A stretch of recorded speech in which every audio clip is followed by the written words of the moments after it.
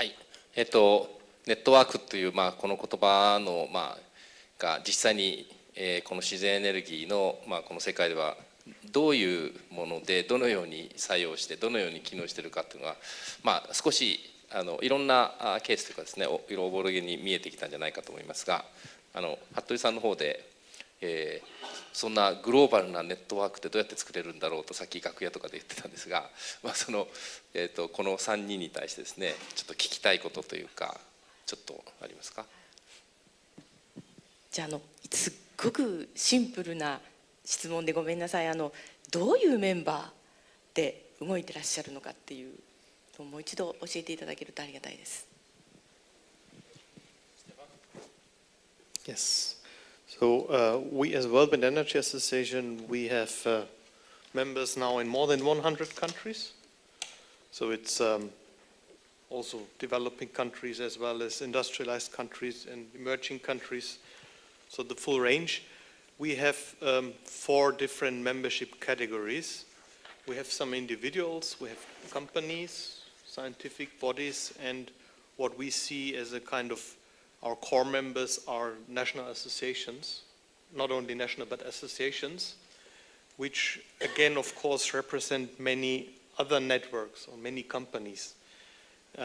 We have come to calculation how many, so our direct members are around 500, more than 500 now, and the associations themselves represent more than 50,000 members. And that's without the companies that have, of course, many employees. So you can see it's a very big network and a very broad network. Yes, but for us, and of course we are a kind of institutionalized network, it's important also to follow these kind of basic values of democracy. That's why we say the associations play an important role, and they should also then be those who have a bit more influence on what we're doing. I think that also makes it easier for these kind of decentralized approaches to raise their voice within this network, this association, be heard, and that we can represent them to the outside also. I mean, we have also always the two functions as an association, as an institutionalized network: communication within the network, help exchange experience, and that's important for a new industry, of course, always, for a new kind of economic activity, but also to represent it to others, especially also politically. Yeah, well, I just tried to list up all the networks. There's a lot of them. But I could say that we are part of the Nordic Ministers' Council in Scandinavia, where they have like a green department, and we have like sister municipalities in Norway, Sweden, Finland, and Denmark. And this is very interesting because the Nordic countries has an old historical kind of connection in Scandinavia. We speak more or less the same language or the same dialect. So it's been kind of pushed back a little bit because of the European Union, but we are trying to regain this connection because we are cultural very much alike. So this is a good network, strong network. Then we have a very strong and growing network of municipalities in Denmark. The municipalities in Denmark are like 20,000 people in the municipality. That's the smallest amount. And they all have energy plans and energy development projects and schools and education programs and audits and all these sort of things. And we try to tie them up so they can learn from each other. So the municipal network is kind of a learning process for municipalities with binding targets of CO2 emission and climate action plans and all these sort of things. It's a very strong network because we also connect that with businesses and manufacturers of pumps and windmills and other things, because they can be part of the planning and say we can offer the technology that will solve the problem or solve the plans of the municipalities. Then we are members of a 12 regional island project in the European Union called the Pact of Islands. The Pact of Islands is a very interesting project because it's a long-term process with binding contracts where every region has signed a contract saying that yes, we will have a binding contract reducing more than 20% by 2020, more than the European Union's target for each individual region that participates in this process. It's all European regions. We are a member of an organization called ISLEnet, which is a European network of islands, which is really interesting also because we try to have a voice in the European Union. So one island cannot speak. I mean, it's very difficult to get attention, but I don't know how many islands, like 50, 60 islands members have collectively a much bigger voice. I'm a consultant and I'm a very close associate with the European Small Islands Network, which is several hundred inhabited islands that is included in that island. Then I feel I'm a network member of Isep, which is a very strong network and very interesting, very intelligent and very smart. No, sorry. It is a very good international network because this gives us the attention of our national politicians because they think it's interesting that we are working with the Japanese partner. Interesting for several reasons because Denmark is looking very much at what happens in Japan because you have been influencing on business and industry and science and research for many, many years. So what is happening here on the green energy side is really interesting for Denmark. So people who have a network here are interesting for the Danish partners because they think that they will be better informed because we are working with you. So that's a very good network. We are members of the United Nations Development Program, which is working in the Pacific, all the islands in the Pacific area and some of the third world countries also. And we have, I think, in a month's time, we have about 120 people from third world countries visiting Samsø in a 2-day workshop where the UNDP is behind this. And then we have a lot of universities in the network, MIT, Harvard, Tokyo University, many different, very interesting and very strong universities, the Fraunhofer University in Freiburg, which is a strong university also. I like to be part of that also because they are leading in the solar development. And all these things are part of the network, and I could mention many, many more, but this is just kind of some of the interesting parts of networks that is in operation. And remember, I am from an island of 4,000 people, a tiny little insignificant place in the world. But because of this network, we are on the map. Not because of Samsø, but because of the network. So network is really important. Thank you. Jose? I mentioned Red Screen already. It has 300,000 members in 222 countries, and it's very easy to get. You can get this software for free and become a user. But what we're trying to create now, it's a group of trainers to be able to develop new e-learning products. I believe that the use of internet enables us to do very important new things. And the idea of our partnership with Red Screen is to benefit from each other's know-how. Our university is very multicultural. We have 180 languages represented or so, or 180 nationalities, I should say, represented in the university, probably one of the most multicultural in the world. And what we're trying to do is create a new group of thinkers and leaders that can develop new software tools. So for example, what we're interested in right now, it's on gaming and simulation. A lot of young people are interested on gaming. You probably, if you're a young person, you most likely play games. And if you have children, you know your children spend all the time playing games. So this is a new way of communicating that people are using. Like Soren, I'm also very proud to be a member of the Japan Renewable Energy Foundation. And I hope that this foundation will continue to grow to exert an international influence, as I mentioned during my speech. And also the other networks that I belong to, I mentioned the International Renewable Energy Agency Learning Platform. We have created two networks, one of students and one of professors. And if you are either a professor or an educator or a student, you are most welcome to be part of this. I'm particularly interested in partners from Japan because we're not well represented at the moment in Japan. And this platform will be released by the International Renewable Energy Agency very soon. In a matter of weeks, it'll be publicly available. and you can go to the website to look at it, which is irena.org. And the last thing I want to say is something very serious and important, in my opinion. The know-how about renewable energy belongs to a few groups of people that are still alive today. And by that, I mean the people that have knowledge embedded in experience. I'm talking about the first generation of renewable energy developers, the people that, as Stefan spoke, were the descendants of the Danish Paul Lacour. I'm talking people that are now in their 50s, 60s, 70s, and 80s. It's very important that we learn from those people, because those people now they were at one point in industry. They created the large companies, and now they are in their retirement times. And these people, before they die, they need to pass on their knowledge to new generations.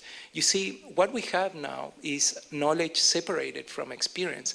There's a lot of people studying renewable energy by studying engineering or policy or whatever it may be, and they're looking at it from a textbook perspective.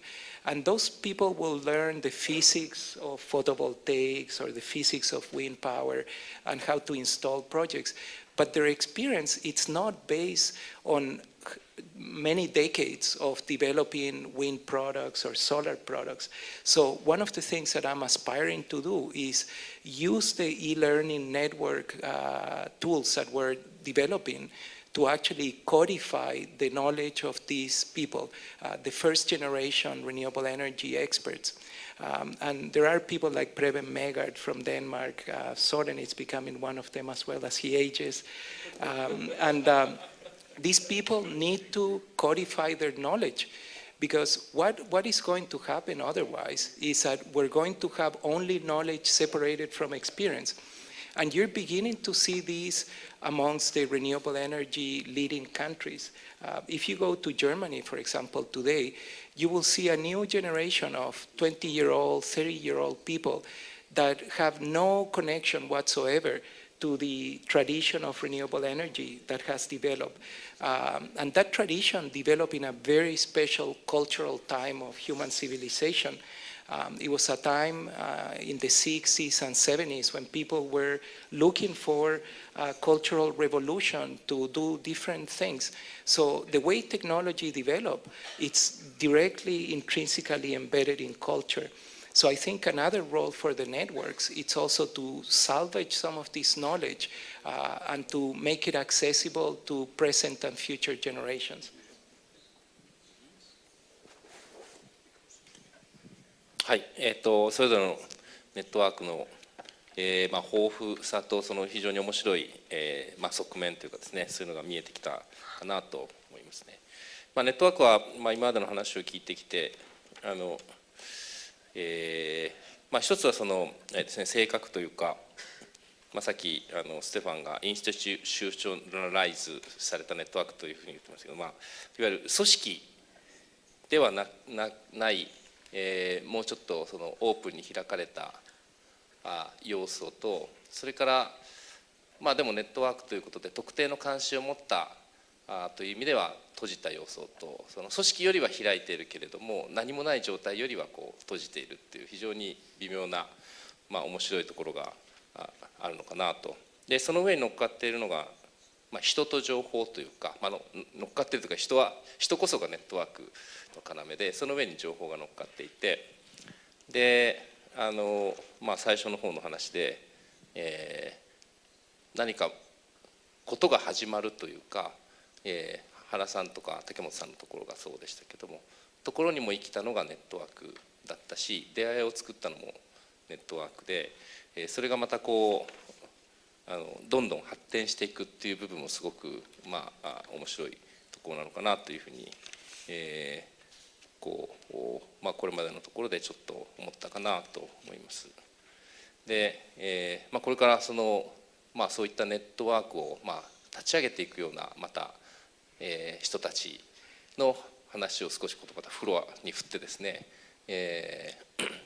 今までの話を聞いて、こんなことができたらいいなとかこんなことをしたいなという話を、やはり前半の登壇者で、小田原の、お名前何でしたっけ？志沢さん、その後田宮さんに行きますので。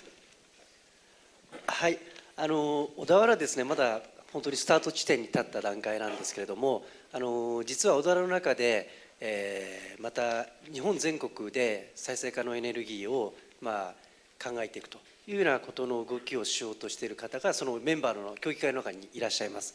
で、今の話を聞いてて非常に私ちょっと走りすぎなんじゃないかと一瞬私自身はその方に対して思ってたんですけども、今の話を聞いている中でネットワーク、おそらく、私たちがこれからやろうとしていることは既存の社会インフラの中、社会の情報のインフラの既存のものの中の延長ではなくて、何かやっぱ新しいところの何かそのつながりみたいなものの先にあるような気が今日すみません抽象的な言葉なんですけどもいう印象を受けました。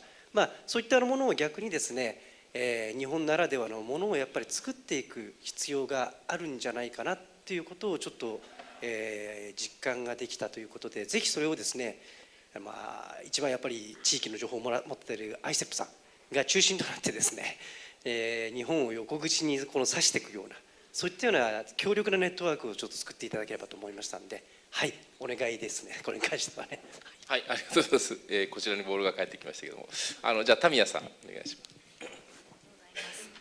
す。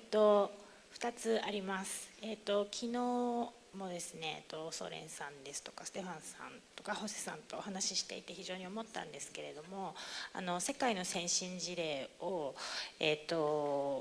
なんて言いますかね、事例を見るというよりも地域であるとかそのカルチャーを、育てていくというアカデミーの話もされてましたけども、そういうものと地元の先ほど私がお話ししたような若い人たちを直接つないだり人材交流できたり、それはエネルギーも含めて文化の部分も含めてそういうつながりができていくような仕組みっていうのをぜひ地元の、そうですね、いろいろな方たちと相談して考えたり作ったりしていきたいなと、思うきっかけを昨日いただきましたということが一つと、あともう一つは、これもやはりソーレンさんの話を今伺っていて思ったんですけれども、ノルディックの、文化的なに似通っている背景でネットワークを持っていて、それをまた強めていこうという話先ほどされてましたけども、やっぱり、それを自分たちの立場に置き換えた時に東北とかですね、その、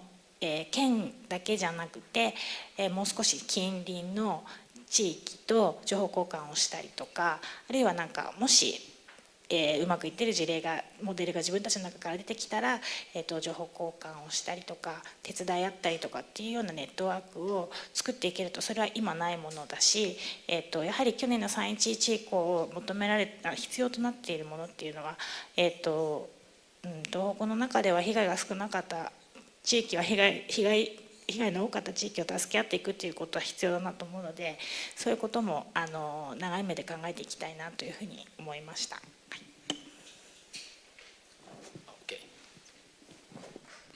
はい、I think one thing I have been thinking about is that networks is different from organizations in the way that organizations, they will be built up like with a systematic organizational structure, and then they'll hire a secretariat and they'll be professional, and then they'll be kind of an institution and have their own life. Network is kind of a much more dynamic and maybe intermediate structure that is working as long as there's something in it for me and for the other partners in the network. And this is a new, modern, and very interesting structure that we don't have to hire a network coordinator. We can handle that ourselves because we are interested in this. We'll work voluntarily on this because it feeds us. It helps us in many ways. And as long as it helps us, it will stay alive and grow. If it doesn't help us, we can just cancel it and never respond to it again and let it go. I think that is the interesting new paradigm in communication, and we can do it very fast. And this is also, I mean, we can search information and find it quickly, and if it's valuable, we can connect and make the network. That is a new thing, but we have to, I mean, I'm almost too old for that. My son is much better doing this, and he's using all the social medias to get to network where he can learn about this and this and this, and find out very quickly how things are working. And if it's good, they'll keep contact. If it's not good, it'll disappear again. So I think that is very interesting. And I think we have to remember this, that we are not constructing we are not building a new Titanic here, but we're trying to connect in a very vulnerable and very fragile way, which is very interesting. Of course, I also not like to say something on that. It's on the one hand, what you say is of course perfectly right, that also thanks to, you just wrote down here, Facebook, LinkedIn, etc., all these new ways of communication, we are now very flexible and can communicate a lot, at least in the countries which have access to that. That's already one part of it. I'd also like to mention, of course, that we are dealing here with something that is changing or is about to change basically the way our societies and economies are working. And it's been mentioned before that not everybody likes this. And just a loose network in such a situation, it can be helpful for some specific purposes. But and that's my daily work, and it's not because my job depends on that. We have some people who don't like that, who are very well organized and very well funded. And we have to a certain degree, also a kind of professional approach, of course. Keep it to the minimum that is necessary. And I know what it means to work with very limited resources as an association. Keep it to a limit that is necessary, but still it is necessary, in my viewpoint, of course, not to create any kind of organizations, but also have the minimum structure. Again, in my previous introduction, I said I'm aware of this kind of tension and natural contradiction of what we're doing is we want to mobilize people, we want to change society, we want to create we want to revolutionize the way energy supply is done, make it democratic so that basically everybody can choose from where to take the renewable energy. The energy is everywhere, that's not the problem. How we can change the policies. At the end, hopefully everybody can take this decision, but to come there, we also need some kind of institutionalized approaches. Otherwise, we will not succeed. It goes deep into like media. They follow usually those where they get the money from, who pays advertisement. And especially in where we are in most countries that there is so much now, many of the media are private today. They're based on commercial operations. They must get income. If we are not aware of that, if we don't find kind of professional answer to that, then I'm afraid we will not be as effective as we have to be. So a certain degree of organizational structure, I think, is necessary. Without that, it will be much more difficult, or it can easily be kind of even deleted.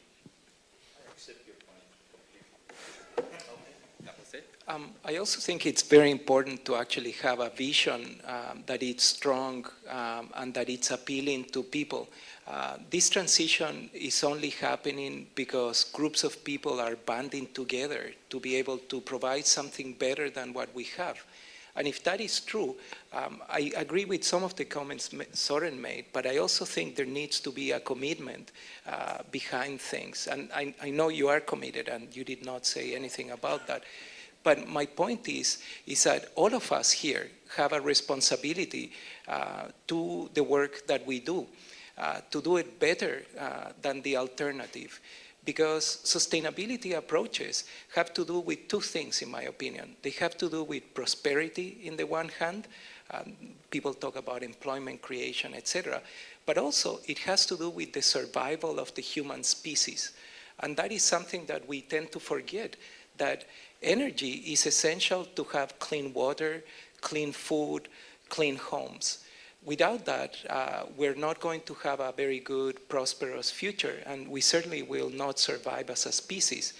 So to me, it's not about becoming fundamentalist about sustainability, but it's about becoming responsible with the decisions that we're making. So what I was trying to do in my presentation was to provide you with some examples of how project developers can actually take ownership of the projects that they're doing. I think anyone doing a wind project that it's improperly done, it's doing a disservice to everybody else. For every bad wind project that we have in the planet, for every bad solar project that we have in the planet, this gives ammunition to the people that want to continue with the old ways of energy, of nuclear power and fossil fuels. So I wanted to take that challenge on all of the people in the audience, is that if you are involved, and some of you made some examples, Professor Maruya spoke about the work he's doing, but I think every project has to be better than the alternative. And we've spoken at length today about the community benefits, but I think we need to take it very, very serious. We need to acknowledge that there are some concerns that people have, and we need to work very, very hard to address those concerns. I spoke with you in the boat about that. The Danish people did not want a wind farm in Copenhagen Harbor. Many people say, do not put it. It'll be ugly, it's not good. And then they sat down with those people that believed that it was going to be ugly and say to them, what is it that you don't like about the wind turbines? And can we work together to find a way to make it aesthetically very beautiful? And now people in Copenhagen buy apartments looking at the wind farm because it's so beautiful. And the people of Copenhagen put in the postcards photos of their wind farm in Copenhagen. The people of Freiburg do the exact same thing. If you go to the city of Freiburg in southern Germany, the entire identity of the city is the cathedral, that it's almost 1,000 years old, and also the wind turbines and the solar systems of the city of Freiburg. And that's because they've used style, aesthetics, to make a superior option. And I think that's where Japan can play an extremely good role on this. You are masters of design. And I think you need to take the challenge of making these technologies more beautiful, more useful friendly, user friendly. And all of us here have a role to play on that. Last 5 minutes. Okay, final. No, please. well, it's just I just saw that that Tetsuji is here. Oh yeah, very similar. Remember this journalist? Yeah. You know, journalists, they are some of the worst people I know. They create stories and paint pictures. They formulate the world. So he was visiting Samsø, this man, and he saw this cartoon, and he brought it home to Japan, and he is now, I don't know if you're responsible for this, but you translated it into Japanese. So this story about Samsø is now available in Japanese, which means that people will talk about this and kind of maybe say, okay, what Isep do with this corporation is interesting. So this is a positive picture. You might think this is insignificant and small, but maybe it's the name card of the next generation's introduction to what we do here. So this little connection is interesting because it might have a bigger impact than we believe.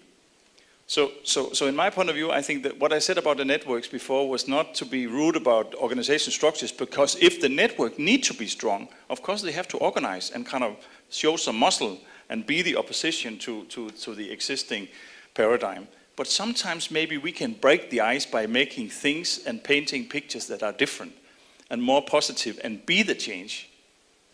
So just introducing that you never know when the next breakthrough is, and you have to be open to that, because then it'll happen. じゃあ井田さん一言。すみません、時間がないんで簡単に共同通信の井田と申しますが、僕はサムソン行っていろいろ記事を書いたんですけど、これも本当に偶然で、そちらにいらっしゃる私の友達の松村さんという方がこのプロジェクトに翻訳のプロジェクトに取り組んでいらしてという、これもやっぱりネットワークというか面白い、本当に偶然なんですけどもつながりで、こういう仕事ができたというのは非常に嬉しく思っています。多分ネットワークっていうのはそうこう予期せぬことがですね次々起こっていく。ということの、良さだと思います。ソーレンも言ったように本当に小さいプロジェクトなんですけれども、こういう形でどんどん広がっていくということが今起こっていることって、エネルギーシステムは変えられないんだっていうような悪い情報がいっぱい流れてるんですけども、こういう形でですね変えていくことができたというのをいろんなコミュニケーションツールを使って広めていくということがネットワークの良さかなと思っております。どうもありがとうございます。はい、もう時間がほとんど来たので最後に、今日いろいろ話をしてきたこのネットワークについて皆さんから一言ずつですが、最初服部さんから、学べたことと今後やっていこうということを少し。今日はありがとうございました。やっぱりネットワークってすごいなっていうのはもちろん分かってたんですが、世界に向けて自分たちが発信していくっていうことはなかなかまだ難しいので、まずその世界の情報や正しいデータ、これを私たちがどれだけ地域につなげていけるか、このご本もそうですけど、分かりやすい形でどうつなげていくか、そういう役目を私たちは担っていけるのかなというふうに思ってます。日本も北から北海道から九州まである中で、静岡というところはとっても真ん中で標準的なところと言われています。ここで新しい商品とか大体静岡で発売されて、ここで売れると大体日本中で売れるよみたいな、そういうテスト地域になったりする地域なんですね。ですので、静岡でこういう取り組みがですね進めていけて、でかつ静岡発こういう市民の力、市民の意思あるお金をいただいて再生可能エネルギーを進めていくというこの事業をですねぜひ成功させるために、私たちがやっぱりこれから何ができるか、誰とつながっていけるかをもう一度地域の皆さんとよく考えていきながら、ぜひ成功につなげていきたいというふうに今日は改めて思いました。ありがとうございます。はい、ありがとうございます。ステファン、last 30 seconds. Yes, thank you. Well, firstly, I'm very glad that I could participate in this conference here, and thanks a lot also for organizing it. This is really very encouraging for me to see that the networks are growing around this. I was participating this morning in another network meeting, which I found quite frustrating. Actually, something I find quite bad happened in that morning. There was quite negative development for renewable energy on the global level. But for me, whenever I'm involved in these community-related activities, I find it very encouraging to see so many people, because at the end, we are getting so many, nobody can stop us. At the end, nobody can really stop it. There can be some delays, some developments may stop, but if we especially bring people together on the global level, that's something nobody can prevent, and then we will be successful, be it through formal networks like we are, and I would certainly like to extend also an invitation to be part of our network and cooperate with us, be it on a formal or informal level, and also to, of course, continue the cooperation on the informal level. And I find it great to see the networks that Tetsuyu especially have been creating since many years here in Japan, that they are growing. I'm also very glad that they are getting more institutionalized, like the Japan Renewable Energy Foundation. Again, from our side, we would like to contribute more to this, kind of put together the networks that are doing good work. And I wish you all the best. I think there are some opportunities where we can create also the networks from local to local level. We mentioned that we can bring together local decision makers by arranging some visits, for example, to Europe. Beside from that, all the best from our side to what you're doing here in Japan, because as Jose said, it's really very important. It's a huge opportunity, not only for Japan. Thank you. Okay, someone? 30 seconds. I think I spent most of my speaker's time already. But I also mentioned there's another lady sitting up here. She's been writing about Samsung also in a book that'll come out in Japanese soon. I mean, there's so many witnesses here that this cooperation is ongoing and interesting and good. And I will also, like Stefan, say thank you to you for arranging this, because I think you have your finger on the soft part of what is missing here, namely this development of what is not structured so much. I mean, we can fight the structured thing when we are organized. But we need to find the new warriors, or the new samurais who will fight for this.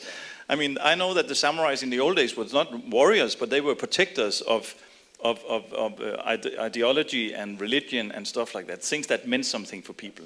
So I think we are kind of, I mean, maybe I'm speaking over my capacity here, but we are kind of the green samurai clan that is trying to build a new reason to be samurais and fight for this. And you are the samurai boss now. Okay. 30 seconds. Thank you. My concluding comments is I want you to remember to be brave. The world is watching Japan. I'm from Chile, and your problems have become our solution. The people of Chile wanted, some of them at least, to go nuclear. And after seeing what happened to Japan, they say, we're not as good as the Japanese people are, and we will have even more problems than you.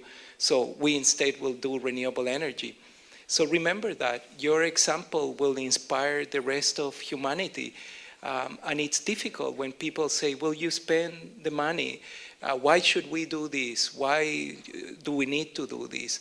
Well, the world is watching you. I think Japan can be an exemplary nation in the 21st century of how a country went from adversity, problems, recessions, etc., to prosperity and to real progress and sustainability.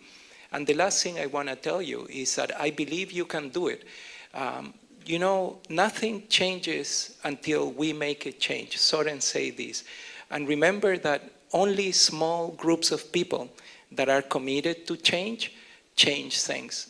You don't need to convince absolutely everybody, but if every single person in this room takes the challenge seriously and don't take no for an answer, you will change your country, and by default, by changing your country, you will change the course of history.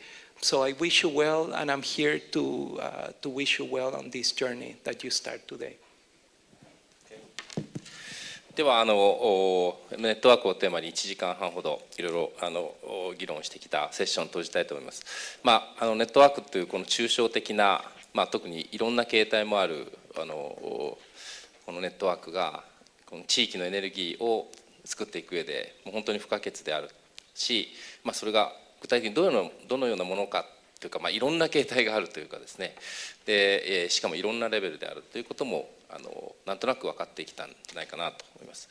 で、そのネットワークがなければというかネットワークのおかげで気づきがあり始まりがあり、いろいろその学ぶことができたり、背中を押されたりという、いろんなことがありますが、でそれとネットワークはもちろん他のどの分野でも漫画でもゲームでも原子力でももちろんあるわけですが、特にこの分野の自然エネルギーの分野のネットワークは他の分野のネットワークとおそらく違うのは、もちろん他にもいくつかあるかもしれませんけど、